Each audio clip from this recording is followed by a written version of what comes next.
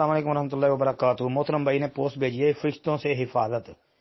نبی علیہ السلام نے فرمایا جس نے مغرب کے بعد 10 بار کہا لا الہ الا اللہ وحدہ لا شریک لہ لہ الملک ولہ الحمد یحیی و یمیت وہو علی کل شیء قدیر، جی اللہ تعالیٰ اس کی حفاظت کے لیے اسلحہ برادر فرشتے بھیجے گا جو اس کی صبح تک شیطان سے حفاظت کریں گے۔ ترمذی 3534 نمبر حدیث۔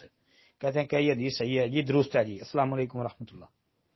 وعلیکم السلام ورحمۃ اللہ وبرکاتہ۔ محترم بھائی نے لکھا جی کہ محترم عمار بن شبیب کے بارے میں علماء کی رائے۔ آگے لکھتے ہیں جی عمار بن شبیب کے بارے میں رسول اللہ صلی اللہ علیہ وسلم سے سما کی تصریح نہیں، کیا آپ اس حدیث کے صحیح ہونے کی تفصیل بتا سکتے ہیں؟ محترم بھائی اس بارے میں 2-4 باتیں یاد رکھیں۔ ایک بات تو یہ یاد رکھیں کہ ہم نے اللہ کے فضل سے جواب دینے سے پہلے اس کی پوری تحقیق کی تھی جی، پہلے بھی تحقیق کی تھی لیکن جواب دینے سے پہلے بھی تحقیق کر لی تھی جی، اور اسی لیے ہم نے کہا تھا کہ یہ درست ہے۔ ہمیں نہیں پتا تھا کہ آپ جو ہے آپ نے صرف اور صرف جامع ترمذی کو دیکھا ہے اور جامع ترمذی کو دیکھ کے اعتراض کر دیا ہے جی۔ جامع ترمذی کے اندر جو ہے نا وہ امام ترمذی رحمۃ اللہ علیہ نے روایت نقل کرنے کے بعد یہ بات لکھی ہے کہ ھذا حدیث غریب لا نعرفه الا من حدیث لیث بن سعد۔ آگے لکھا ہے ولا نعرف لعمارۃ بن شبیب سماع من النبی صلی اللہ علیہ وسلم۔ یہ اعتراض آپ نے بھی کر دیا جو امام ترمذی صاحب نے کیا، ٹھیک ہے بنتا ہے۔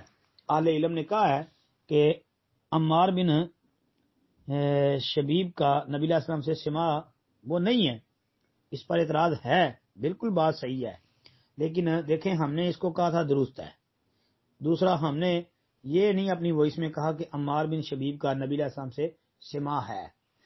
اب کیوں نہیں کہا کہ ہم نے پہلے بھی اس روایت کی تحقیق کی تھی اور رات کو جواب دینے سے پہلے پھر تحقیق کر لی تھی، تو یہ روایت جو ہے یہ ثابت ہے جی۔ اب آپ کہتے ہیں جی اس کے صحیح ہونے کی تفصیل بتا سکتے ہیں۔ محترم بھائی آپ صرف جامع ترمذی تک محدود نہ رہیں کہ جامع ترمذی کھولو اس کو پڑھ لو اور یہ دیکھ لو کہ جی اس میں تو ضعیف لکھا ہوا ہے، اس میں تو لکھا ہے کہ نبی علیہ الصلوۃ والسلام کے ساتھ عمار بن شبیب کا سماع نہیں ہے تو لہذا روایت تو ضعیف ہو گئی۔ نہیں بھائی، روایت کی پوری تحقیق کرو، دیکھو یہ کس کس کتاب کے اندر موجود ہے۔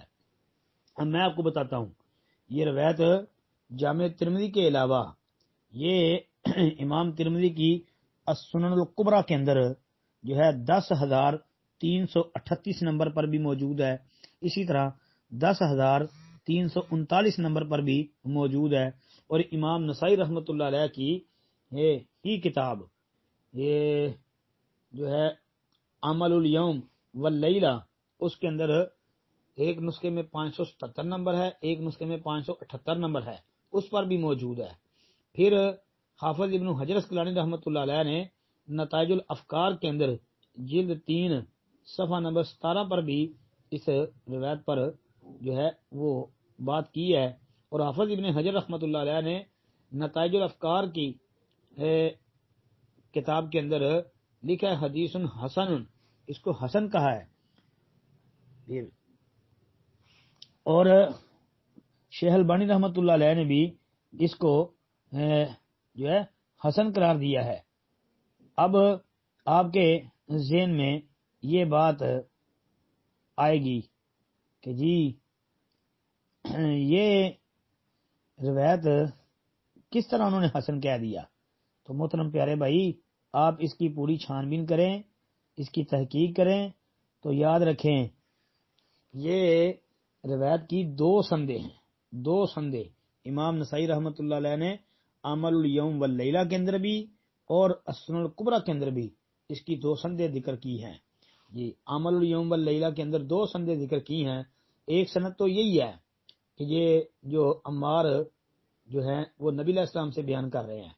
آگے دوسری سند انہوں نے نکل کی ہے کہ عمار عن رجل من الانصار جی، یہ رجل من الانصار جو ہے یعنی انصاری آدمی یہ نبی علیہ السلام سے بیان کرتا ہے، اور یہ اللہ کے رسول کا صحابی ہے جو رجل من الانصار ہے۔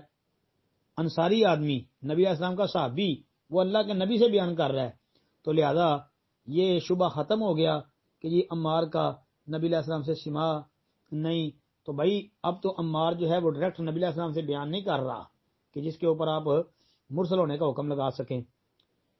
جی یہاں پر تو یہ ہے کہ وہ عمار تابعی ہے، وہ صحابی سے بیان کر رہا ہے، اور صحابی نبی علیہ السلام سے بیان کر رہا ہے، اور امام ابن عساکر رحمۃ اللہ علیہ نے بھی اسی بات کو درست قرار دیا ہے. جی اور پھر یہ روایت آپ کو جو ہے انشاءاللہ موجم صحابہ عبد الباقی بن کانے ان کی کتاب کے اندر سے بھی ملے گی. جی اس میں بھی عمار جو ہے ڈائریکٹ نبی علیہ السلام سے بیان کر رہا ہے، لیکن امام نسائی رحمۃ اللہ علیہ کی عمل الیوم واللیلہ کے اندر یہ دو سندیں جو آئی ہیں نا، انہوں نے اللہ کے وجہ سے مسئلہ حل کر دیا ہے اور بتا دیا کہ عمار ان رجل من الانصار، کہ عمار جو ہے وہ انصاری سے بیان کرتا ہے، اور انصاری ڈائریکٹ نبی علیہ الصلوۃ والسلام سے، اور انصاری اللہ کے رسول علیہ الصلوۃ والسلام کا صحابی ہے، جس سے پتہ چل گیا کہ یہ روایت حسن ثابت ہے. جی شیخ البانی رحمۃ اللہ علیہ کے نزدیک بھی یہ روایت حسن ہے الحمدللہ، اور اسی طرح جو ہے حافظ ابن حجر رحمۃ اللہ علیہ کے نزدیک بھی یہ حسن ہے الحمدللہ، اور شیخ زبیر لذی رحمۃ اللہ علیہ ان کے نزدیک بھی یہ حسن ہے الحمدللہ. اور الحمدللہ رب العالمین ہم نے اس کی تحقیق کی تو ہم نے بھی یہی کہا کہ یہ حسن ہے، اور حافظ ابن عساکر رحمۃ اللہ علیہ جو محدث تھے تاریخ دمشق جنہوں نے لکھی ہے، انہوں نے بھی اسی کو راجح قرار دیا ہے. عمار یعنی ان رجل من الانصار، کہ عمارہ جو صحابی ہے نا، عمارہ بن شبیب، یہ عمارہ جو ہے انصاری صحابی سے بیان کر رہا ہے. السلام علیکم ورحمۃ اللہ.